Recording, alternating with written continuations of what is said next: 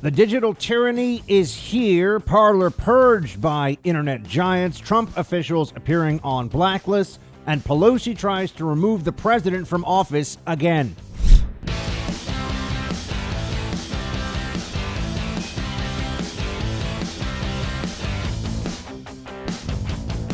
It's only going to get worse. I wish I could say otherwise, but we are not at the end of this. If anything, we're just in the opening phases of the left's attempts to completely silence conservatism online. I think it's important that we all establish some rules here, some principles, like the following. Everything is now political. Your enemies do not seek to convert you, but to destroy you. Your basic freedoms are under assault, and we're losing. Winning matters a lot. This is an ideological street fight, and you should act with honor but expect none in return. Those are principles that I've put out that you will need to remember in the days and weeks ahead, because the left is now unleashed, and they're using their most powerful companies, their most influential and wealthy corporations to do it at a time when you've already seen a Democrat consolidation of government power. One of the issues that we've had here for a while, I think, is that in the media, we talk a lot about social media, and people who are just trying to go about their lives think that there's some exaggeration. Oh, how powerful can Facebook and Google really be? Well, we're seeing now they are more powerful than really any government. They have more influence, certainly, than any media corporation. They're among the wealthiest companies in the world, and they are oligopolists. There are a handful of companies that, for all intents and purposes, control the internet, and they have decided openly. I mean, it's been going on for a while, but now they're just saying that this is what's happening. They're not hiding it anymore. They're not pretending, oh, it's just the algorithm. Oh, it was a mistake. No, they're saying, we are purging you. If you're a Trump supporter who is too vocal about your concerns about the election, or if you're somebody who wants to battle against lockdowns and mask mania, we will get rid of you. We will erase you from the internet, destroy your business, and also silence you in the process. This is a level of censorship, my friends. This is a level of control over the flow of information that until recently would have been unthinkable. How could anyone do this? How could they be so effective in deciding what the boundaries of acceptable political debate and conversation are? That's what's happening here. We have been talking about creating, as I've said, unsinkable aircraft carriers of free speech. And before any of you pointed out, I'll just admit it. I didn't realize how easily they'd be sunk, or at least they would try to do it. Parler, Rumble, and other sites out there that have tried to take a free speech perspective. They're not right-wing sites by mission. That's not true. You keep hearing this in the media. They're places where people on the right, where conservatives have been growing in number because we're not allowed to disagree with the Democrat left consensus on the other big social media site. I mean, they may very well have delivered the election to Joe Biden just by suppressing the Hunter Biden story the way that they did. We'll never know. But then when you add on top of that the way that they adjust the algorithms, you add on top of that the way that they try to tilt the playing field in the favor of Democrats all the time, we can't really account for this because people believe, because we've been led to believe by these companies, that they are free and fair and that they are just trying to provide services to people. They're not pursuing an agenda beyond profit and growing their user base. And profit is fine. Growing users is great. But no, they're evangelists for the left. Google, Facebook, Twitter, Amazon, evangelists for the left. And those companies put together are such a huge portion of what is even possible on the internet. If you don't have a single social media account, you understand how much this affects you. Google can cut off, if it wants to, all ads to any website that it chooses to do so. It can make your website go bankrupt in a matter of weeks. So if you're saying, well, Buck, I don't use social media, I don't really care, as long as I can still get my favorite authors and writers and commentators and go support their content. What I'm telling you is no, that they won't be able to either. They won't be able to either. I mean, thankfully, I'm on terrestrial radio as well as having a podcast and a website. You know, you can go to bucksexton.com, and please do so, because my ability to tell you all, I've been saying for a while, please bookmark it. Make bucksexton.com a site that you're checking in to see. You can always listen to the show there too on demand. It's very easy. There's a pop-up. Just click the play button. You can do it from your smartphone. I'm telling you this because it's really a matter of time right now before what was almost 500 and I was getting close to 550, I think, thousand Twitter. And anyone who tells you they don't pay attention to their Twitter following, who's on Twitter and has a blue check, is a liar. A liar. Okay, that's ridiculous. I've seen some people, oh, who even cares? Please, at CNN, that's all they care about. It's all just one big vanity project for them anyway. But I've been losing, I think at this point, I'll be close to 100,000 Twitter followers down in a week. In a week. It's a lot of people to no longer be able to reach in any capacity. And I know some of them are bots, and there's all these theories out there. But if they weren't doing a purge of conservatives, explain to me why it's only happening to conservatives. That I would like to know. If it were just Russian bots they were taking off the internet. And the way that Amazon can go after people now is even, in some ways, more frightening. You need servers. There's an actual technological infrastructure that has to be in place for you to have any kind of website, for you to do any of this conservative content that I'm talking to you about. If you don't have the servers, you can't do anything. They are now denying people access to servers, right? And that's what's happened to Parler, for example. It wasn't just Amazon and Google and Twitter all effectively saying, you know, they're going to be targeting. This is a competitor. I mean, there are rules, there are laws about collusion and about monopoly for a reason, because ultimately the consolidation can be anti-competitive. So it can produce an outcome that is the opposite of what you want, a free and competitive market. They all came together, but it's even worse than that, because not only did you have these tech bans come together against Parler in the way that they did, but they also, the secondary order effects are that your lawyers, your accountants, other people that work for your company, once you're targeted by Amazon and Google and Facebook, you're radioactive. Nobody wants to go near you. And that's also why you've seen all these other corporations like Marriott is suspending donations to Republican senators who voted against certifying President-elect Joe Biden, for example. I mean, Marriott hotels, Citigroup, the huge financial services company, right? Citigroup, the huge bank, they've decided they're going to cut off donations from Citigroup also to a number of these senators. This is all out purge. That's what we're going through right now. And it's the beginning of it.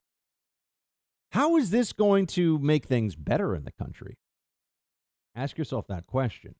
How will this bring us together? Where is the spirit of unity that we were told was going to come about when Joe Biden wins? You know, the 80 to 90%, and that's what the polls are showing, of Republicans who just outright condemn, and you should know that's what the number is. It's 80 to 90% of Republicans condemn the Capitol Hill riot, separate from the protest, but the riot on Capitol Hill.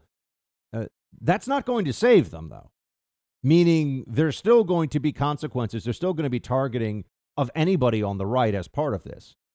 This is why I've been warning for years about how the left has expanded the term white supremacy, for example, to be, if you oppose affirmative action, I mean, that's a white supremacist position. If you oppose racial preferences in hiring or in admissions for schools or whatever, that's white supremacists. They expand this. It used to be for neo-Nazis. Now it's for anybody that has a position touching on a whole range of issues that the Democrats don't share. They smear everybody. And what's really concerning are these early stage moves. I mean, there's so much here. These early stage moves to make a big push on domestic terrorism. And by that, you know they're going to be going after people on the right who aren't really engaged in a terroristic activity, but they'll abuse this. There'll be a tremendous mission creep. There's already laws against all terrorism. There's no legal terrorism. But what they want to do is increase the surveillance state and make harsher penalties for people that don't even do anything illegal, let's say, but who are running their mouths about something, and they want to increase surveillance. They want to have a chilling effect on the opposition to the Biden administration. That's really what this is. They will abuse this tool. And I was somebody who was working in the war on terror, and yeah, there were abuses. So this happened under the Bush administration, but it wasn't abuses against Democrats. It was abuses around the world in the international arena, right? That's what we've all seen. Democrats, we were so upset, and we learned all these stories about black sites and waterboarding and the mass surveillance state, which did affect all Americans. Democrats now are planning to use that same overreach playbook, but they're planning to do it for domestic political purposes against their fellow Americans. That's really the plan here. This is going down a very dark and dangerous path. And I think it's really necessary for you to understand. We complain about this. We appeal the principle. We say, hold on a second, guys. This is reckless. This is bad. This is unfair. You're penalizing a lot of people under false pretenses. And you know what their response is? Good. You deserve it. They don't care. They think your ideas, the Democrats, the left, have convinced themselves that your ideas that they want to suppress are not just wrong. They are a danger, and they need to be destroyed, and you need to be punished for them. That's the prevailing mentality. That's the overwhelming sentiment of the left falls into that category. It's not, I don't like what you say, but I understand that you have a right to say it, and you should not face concerted consequences to ruin your business, your life, your reputation around it. No, they've moved into the destruction of anybody who stands in their way, and they feel good about it. And if there are people that get caught up in this, that are ruined or that go bankrupt, have their reputations destroyed, that's collateral damage. They're absolutely willing to pay, because if you're on the right, there is no such thing as collateral damage. You're on the wrong team, you should suffer. I'm telling you, this is the attitude. That is how they feel. Now, I also want to talk about what can we do about this? What is the path forward? People keep saying to me, well, Buck, you're telling us about the problems. What about the solutions? First, we need to understand the full scope of the problem, because the mobilization that is required on our side to tackle these issues is massive. And we are now out of power. And it is only fair to point out that Republicans didn't do a damn thing about this for 4 years. And now we are exactly where some of us were warning we'd be, where you have political power and private sector tech power colluding and consolidating to eradicate right-wing views. That is what is happening right now. And we are finally seeing it at a time when we're in the worst position we've been in 4 years to do something about it. So I want to be clear on that. There are people in positions of power who are supposed to be on our team who let us down here. This is the truth. I told you I'll speak the truth. The Trump administration did not do a damn thing about this. And here we are. How many times did we talk about it? Section 230, what's going to happen next? Nothing was done. And now we, the people, have to figure out a plan of action to return this country to some sense of political equilibrium, because this can deteriorate very rapidly. And I do not get worried easily about the future of this country. If this trend continues of really punishing political enemies in the way that they're already doing, and it's going to get much worse. If this trend continues, I don't know what happens to this country, but I am worried.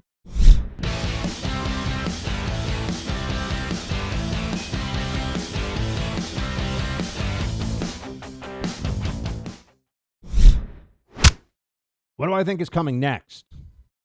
I want to talk to you about what we should do, but I want you to also understand where this is all heading. you're going to see an escalation until we submit. It used to be build your own app, and it took us too long on the right to do it, but we did. We have an app that's just, it's free speech. It's not actually even conservative or right wing, but build a place, it's the private businesses, build a place that, you can have the free speech you want. So we did, and then they shut that down. And if we say, okay, well, we're going to have our own, we're going to create our own ad sales company, they're going to go after you. Not only they're going to try to boycott companies that partake in conservative ad sales to support media and voices out there like mine, they're also going to then say, well, we're going to cut off your servers, which has already happened. I mean, essentially, we're heading toward the left has so much dominance of the internet that the answer is going to be, too bad, build your own internet. That's unacceptable in society. All of a sudden, you'll notice the left are a bunch of free market absolutists, right? Oh, there's no need for regulation, no need for government intervention. Isn't that so convenient? The people that tell you, bake that cake, Christian, put, a satanic phallic symbol on some cupcakes or something because we say so. You have to. Right? I mean, they made the guy at Masterpiece Cake Shop actually write satanic messages. I mean, you've been told that he denied service to a gay couple. That's actually not true. That's a lie. He didn't want to write messages like there is no God or, do something that's contrary to his faith. And they want to make you submit. It's not bake that cake. It's bake that cake and write what we say as part of your business. Or else the government comes down on you, right? Or else the government attacks you. And then beyond that, you have the left telling us, oh, but now we want free market absolutism. Now we want there to be the destruction of conservatism through the principle that we've established power, we have an effective monopoly, and that's what's going to end up happening. That's where they want to take this. So I would just say to you all, they're going to escalate. They don't care that this attacks very fundamental free speech principles in this country. There's free speech as an issue of law, and then there's free speech as a cultural issue. There's free speech as something that we have in society. And sure enough, what they're doing is the eradication of that culture, and they're open about that. They're going for it. They are not held back at all by shared principle on this. So just understand that their plan is to make this much, much worse. Understand that their next steps in all of this are going to be to punish anyone who does not come to heel. And that's going to be a lot of us. That could be me among them. And that's why you need to get ready for this and find ways to support the content and the voices out there that you like directly, and not to rely on social media to find what people are saying and what they're up to.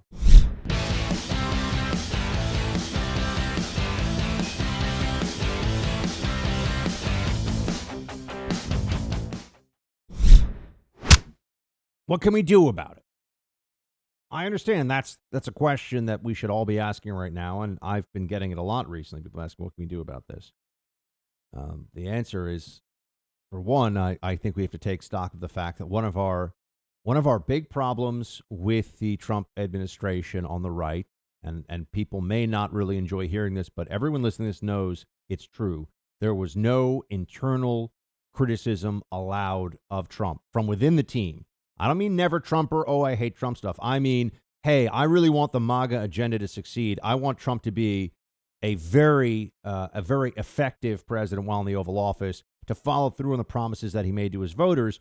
It would be better to that end if he did more of this, or if he focused on this, or if he stopped listening to, and fill in a couple of very obvious blanks there. That was shut down. People who were the run-of-the-mill Trump supporter generally did not want to hear that stuff. And if you did that, I can tell you from personal experience, you got people saying, why don't you really support our president? So what do you mean? Of course I support our president. If a coach tells you you're throwing into double coverage too much, hit your tight end, running across the middle, is he playing for the other team or your team? If he sees a couple of interceptions that happen and he tells the team, we got to go to the top, is he playing for the other team or your team? We forgot this. It was a lack of willingness to push Trump in the right. And I'm going to tell you, I got tired of trying a few times, and I probably should have kept pushing, but a lot of people would have just tuned it out, would have been mad at me.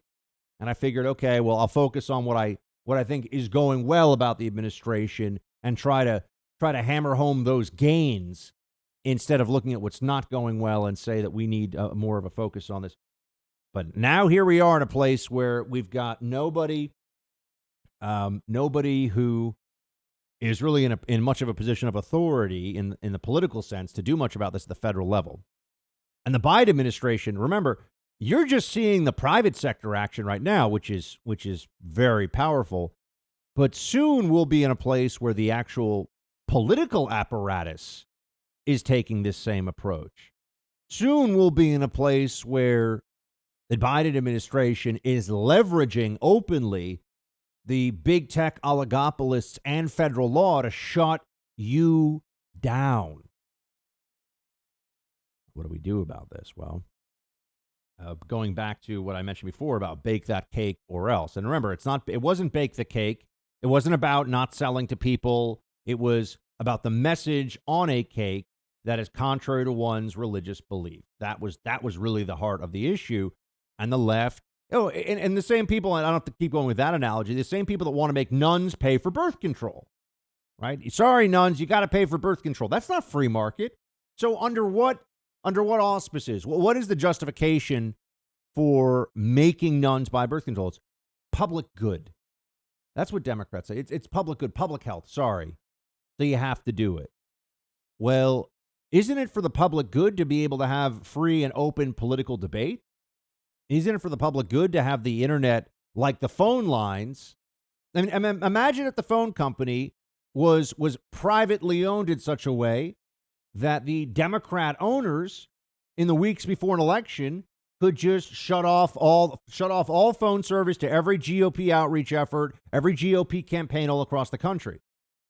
That would theoretically be private sector action, right? But no, we've established that there are utilities. It's necessary for society to have phone lines as a source of free, open communication for people to use.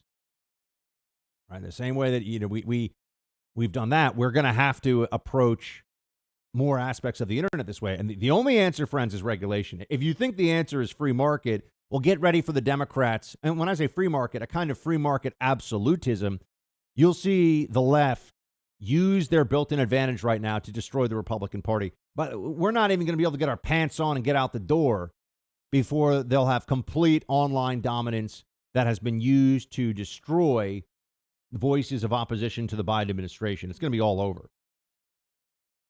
We're not going to be able to build our own internet in the next 2 years.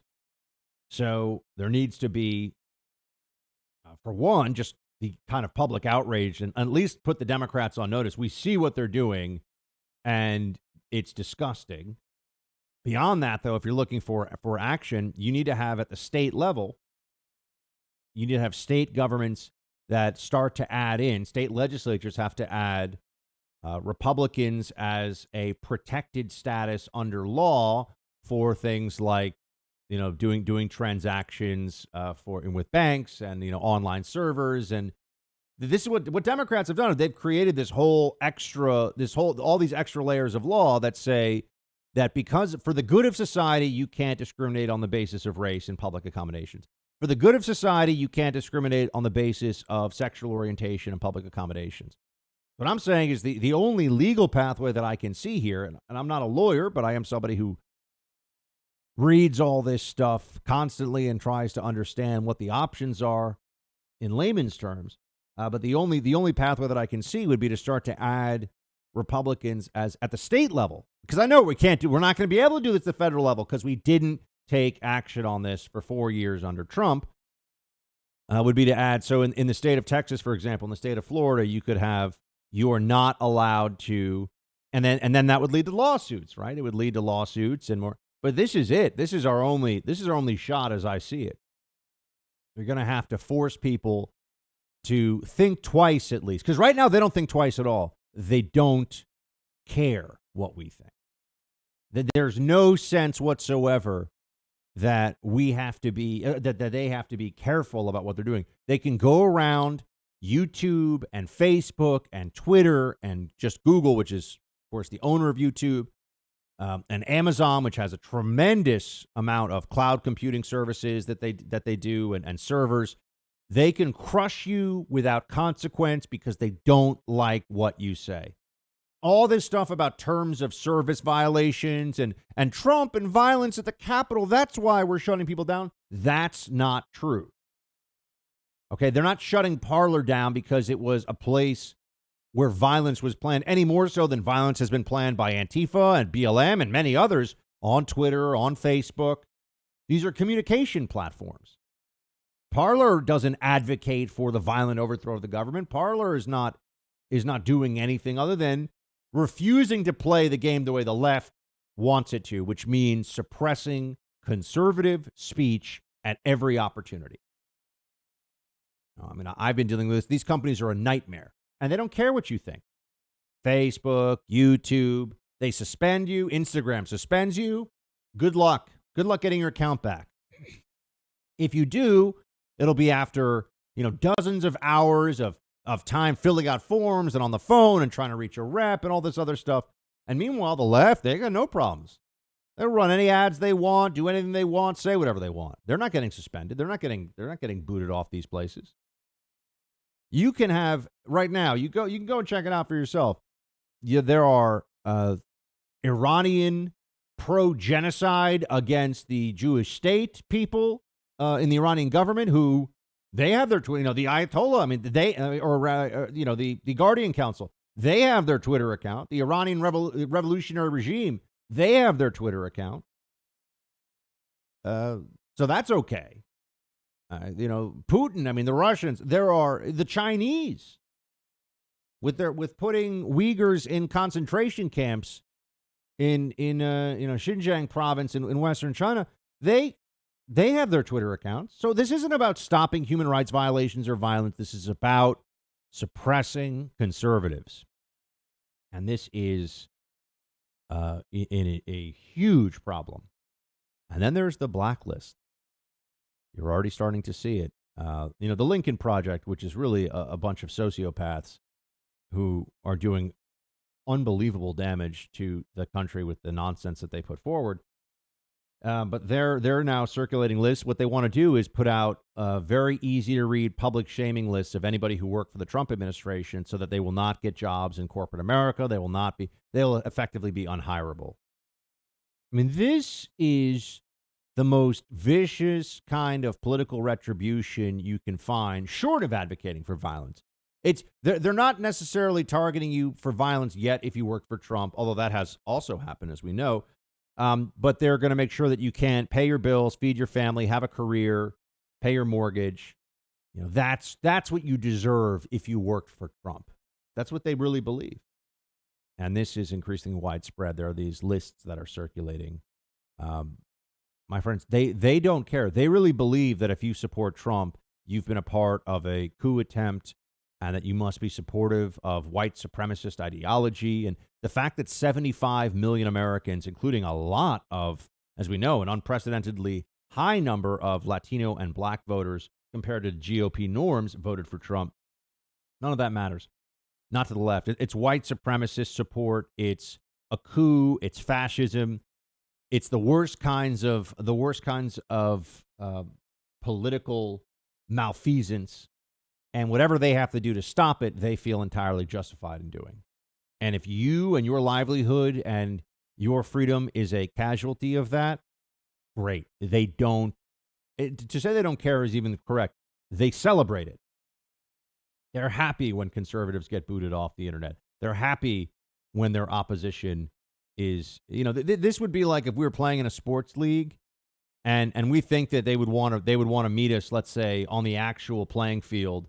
No, what they want is to slash the tires of the bus for the opposing team so they can't even get to the match. That's how they're playing this. That's what they're doing now. They're slashing our tires. They're setting up actual roadblocks and saying, sorry, we win by forfeit. We're in charge now. What this does to America if it continues, I can't say. I don't know. I just know that it's terrible. And that the left this is a psychosis. It's disgusting. And there is no good faith. They're operating with no good faith whatsoever. They have decided that the worst elements of Trump support, which are a tiny, tiny fraction of those who actually voted for Trump and support President Trump, the absolute worst fringe elements, the QAnon behind Trump, that's representative of all of us. Therefore, we all have to be purged. And this is the mentality. So be aware of it, understand it, and get ready for it. We are in this together, but it is going to be rough.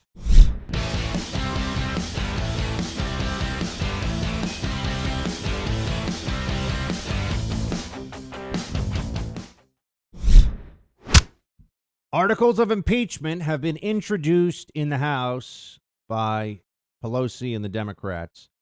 They're charging Trump with incitement of insurrection. Now, based on the Senate schedule, this is all unlikely to result in the president's removal from office. But understand that what this is doing is trying to get on the record, and it is getting it on the record, that President Trump tried to incite a mob to overturn the election result. Now, the people who are comparing that Capitol Hill riot, and I just wonder also if anyone out there who, when I immediately condemned this thing, which I think was an obvious move, I don't think there was any question that was the right move, and I don't care if anyone's welcome to disagree with me. I think they're wrong. I will not be swayed on this.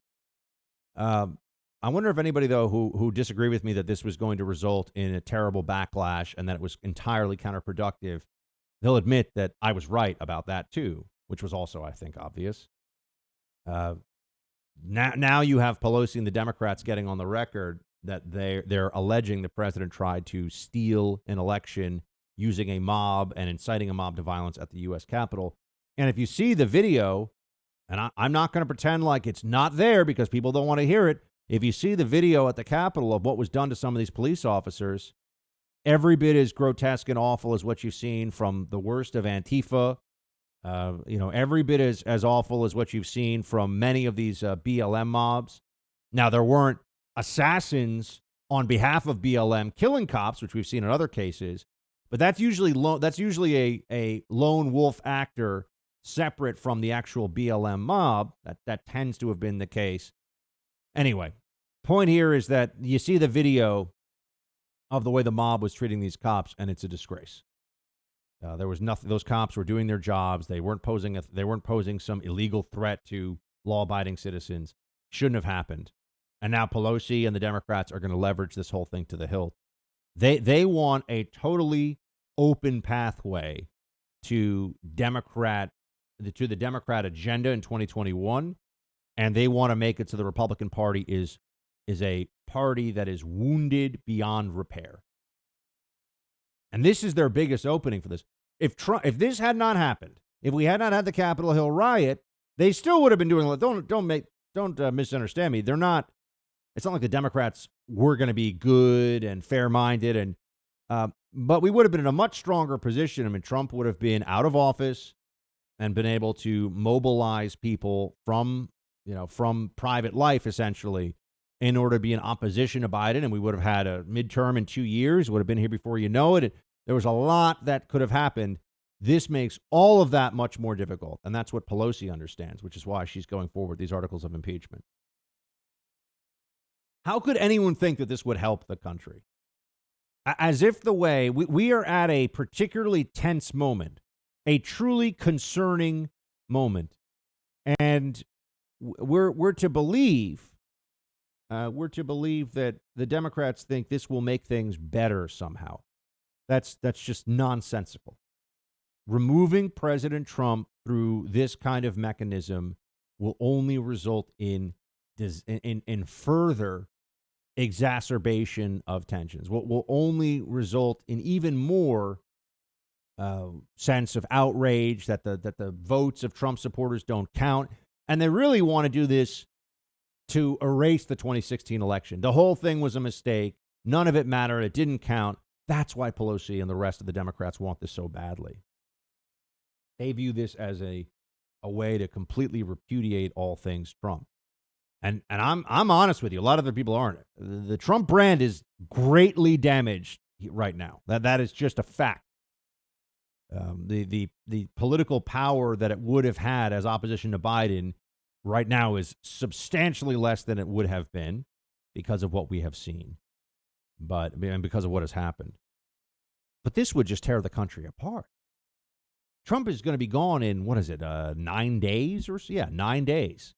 Trump is going to be gone pretty soon from office. You're going to try to kick, if he's already walking out the door, why kick him in the behind? Why do that? Because it's spiteful and it's vindictive, and that's what Pelosi and the Democrats want.